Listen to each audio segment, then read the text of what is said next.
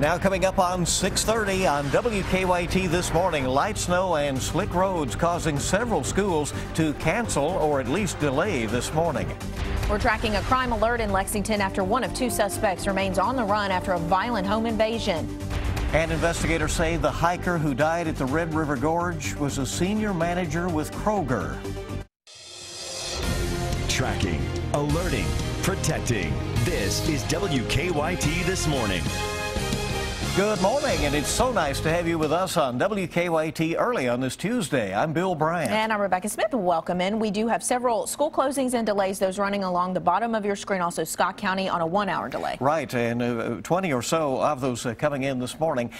Dry for a couple of days, but Arctic fronts moving in. It's cold situation. Let's check in with Micah in our First Alert Weather Center. Yeah, that's what it looks like. Look, just about 30 minutes ago, the National Weather Service out of Jackson down in southeastern Kentucky has put out a winter weather advisory. And a lot of times, look, when you see these, you think, oh my goodness, I'm getting some snow. And look, that's the case for some, but most of us will not even see snow on the ground. Most of us. This is mainly for some icy patches here and there. You get the freezing drizzle overnight. You get this little disturbance down in southeastern Kentucky, and you throw freezing drizzle, few flakes into the temperatures like we have right now in the 20s.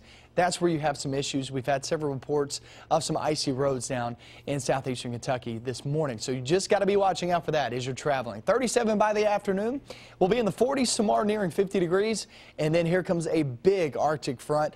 One of two, and I think the second one is actually colder. And I'll show you how low we go with those temperatures, because we're looking maybe even record temperatures coming up in a few minutes. All right, see you shortly. Thank you. New this morning, weeks after a violent home invasion, Lexington police have made an arrest. The victims were held at gunpoint last month inside a home on Old Paris Road. Now police say Facebook helped them make the arrest. WKYT's Hillary Thornton is live in Lexington now with some new information. Hillary, good morning. Good morning, Bill and Rebecca. The man charged in that violent home invasion, Charles Reeves, is set to be arraigned here this morning in Fayette County District Court. His arrest last night comes after police say the victims were able to identify him through social media. It is a crime that police say does not happen often around town. The homeowner was not home at the time, but two women were. They told officers that two men made their way inside armed with guns.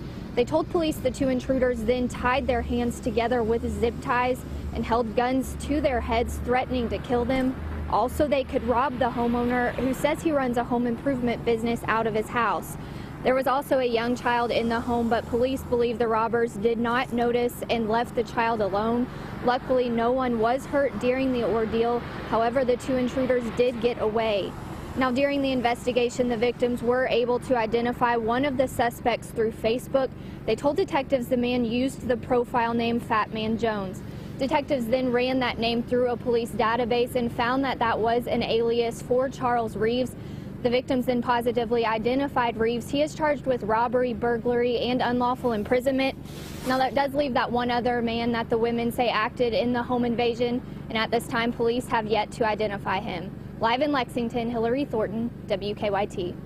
Hillary, thank you very much. The Fayette County coroner says it will still take some more time to identify the person killed in a fiery crash. That person was trapped inside a burning car yesterday on Versailles Road near the Woodford County line. 3 cars were involved and 2 of them caught fire. Horrible image there. The coroner says someone tried to rescue that person but couldn't reach them in time. Several others were injured in the accident. Police are not sure what caused the crash.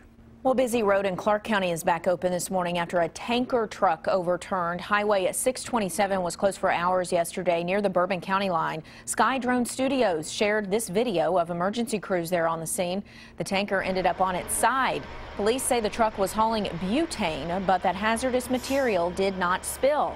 The driver was taken to the hospital. We do not know his condition. A threatening message found in a bathroom on the Eastern Kentucky University campus has many students there concerned. Police say the message implied that there would be gun violence on campus tomorrow. EKU is trying to calm nerves and assure everyone that the campus is safe. There's been an increased security presence around campus this week, and EKU is hoping to find that person who made the threat. They're also taking precautions for tomorrow. The actual text was bringing gun to here, 21115 dead students. Wednesday, February 11th will be as normal a day on campus as we can make it. Now, Kentucky State Police has a post on campus. They will also have an increased presence at EKU tomorrow. 3 people are charged with reckless homicide after police say they did not call for help when a woman overdosed. The Knox County Sheriff's Office arrested Amy Kane, her husband Harvey, and Joshua Ryder. Deputies say they were called to a home on Walton Road for a burglary in progress. But when they got there, they had to chase Ryder into a nearby home. Of course, he slammed the door where I couldn't get in. The door's locked. After breaking the door, that's when I found the female. She's non-responsive. Neighbors say the unresponsive woman was Felicia West, Ryder's girlfriend. Police say she may have survived the overdose if people had called for help. We're learning more about a murder investigation in Bell County after 4 people were arrested. State police say stolen items from the home where Deborah Baker was killed last month led to the arrest. Over the weekend, they arrested Brenda Miller, Charles Gilbert Jr., Chad Love, and Barian Johnson. All are charged with murder and burglary. It's a crime that, should have never happened. This female came over to this residence to stay with her family, and now we're working a murder investigation. Baker's family says she knew one of the suspects, Brenda Miller. Police have not said what they think led to the murder. Right now, 6:36 on WKYT this morning, and we now know the name of a Cincinnati man who was killed in a hiking accident in the Red River Gorge. Cincinnati.com reports the victim is Jason Lazar, a senior marketing manager for Kroger. The paper also says that Lazar was expecting his first child. Rescue teams found his body early Saturday morning near Chimney Top Rock in Wolfe County. Investigators say he was camping in an area with a group of friends when he fell more than 200 feet from a cliff. New this morning, police in southern Kentucky need help in finding a man accused of leading them on a high-speed chase. Laurel County deputies are looking for Michael Bruner.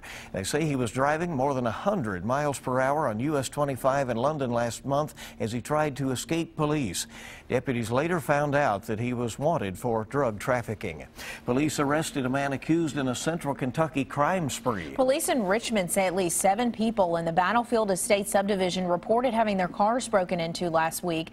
The sheriff's office says a tip on Facebook led them to Jonathan Walker.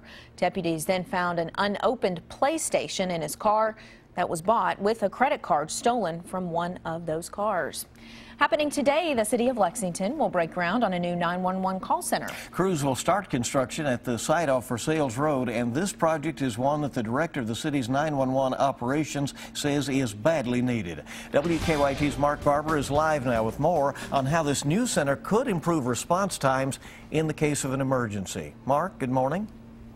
Good morning, Bill and Rebecca. The 911 center here at police headquarters and the call center at the fire department will both consolidate into the new call center that is being built on Cisco Road by the spring of 2016. The 911 center director is hoping that the increased staffing there will help them cut down on the delays that were uncovered by a WKYT investigation. Call center documents obtained by WKYT show that in 2014, 42 emergency calls rang between 51 and 60 seconds before they were answered. Compare that to the previous 4 years when every call was answered before 50 seconds. The 911 director says it's getting harder for call takers to answer calls quickly for several reasons. We're told some of the delay is due to an increase in call volume and an increase in the number of callers without true emergencies. The bottom line is it's costing taxpayers. The 911 center director tells us he brought in temporary employees to help keep up with all the calls. But our investigation found that it cost taxpayers $83,000 in 2014, compared to an average of $47,500 in 2011, 2012, and 2013. Now, the 911 center director hopes that those will all be problems of the past with the new move. He says that this move is going to come with an increase in staff, so he's hoping that call takers will be able to answer those 911 calls much more quickly. Live in Lexington, Mark Barber, WKYT. Well, happening today, a House committee will take up a bill aimed at giving nearly 250,000 Kentuckians the right to vote again. If passed, House Bill 70 would restore the rights of felons to vote in Kentucky. More than 243,000 Kentuckians are barred from participating in elections. In the past 8 legislative sessions, the Kentucky House voted to pass the bill. However, it has died each time in the Senate. Kentucky lawmakers are now considering two bills designed to fight the state's heroin problem. The House version of the heroin bill proposes more treatment options for heroin addicts, and it would set up a new tiered system for offenders, separating small-time peddlers from big-time dealers. Representative Joni Jenkins says she lost her nephew to a heroin overdose. Young people are dying, and we have to act. So in honor of Wes, this bill is after his birthday, 2/13. The Senate also has its own version of a heroin bill. It features more money for treatment and a provision not to prosecute overdose survivors for possession charges.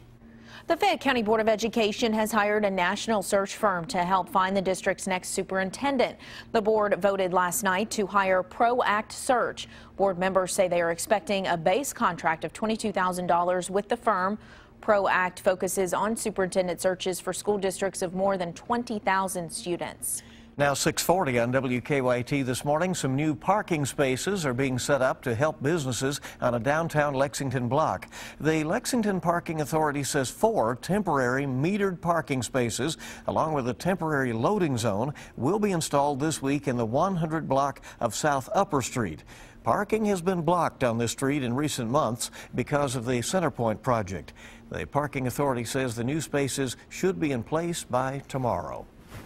All right, we're going to check traffic this morning, see how things are going. You know, it was a little touch and go overnight on I-64 in particular, right, but they're back open fully. Obviously, the weather contributed to that situation. And some closings and delays, mostly delays this morning with schools. Here's Officer Don with a check on live drive traffic. Good morning. Good morning, and of course there are some slick spots still to deal with, patches of ice, so that's the main concern this morning, especially east of Lexington, so please keep that in mind as you head out the door. Now right now traffic flow on the interstate looks pretty good between the northern and southern split, not seeing any major problems. The exit ramps off the interstate checking out fine. Get a live look downtown at High and Broadway where traffic's picking up, but we're still dealing with normal traffic flow through all the intersections, even starting back at Harrodsburg Road in the Circle. Live drivers on their way in this morning, and so far they report a couple of stalled cars, but all intersections are open. You can see the slowdowns through the construction zone. That's going to be an issue a little bit later between Newtown Pike over to Leestown and Versailles Road's a tight squeeze through there as crews continue to work in that area of the Circle. Now back to you in the studio. Don, thank you so much, and we're glad to have you along. WKYT this morning on the air with all the latest, and more news is on the way. Soccer may finally stand a chance in the U.S. Up next, how bubbles are changing up the original football. I think we should take a crack at that. Winter weather advisory in effect this morning, not for the snow, but it's for the snow, freezing drizzle, and also holding on to those cold temperatures. I'll show you what you can expect out of this, and also these 2 Arctic blasts. I'll show you which one's colder and when it falls. Coming up.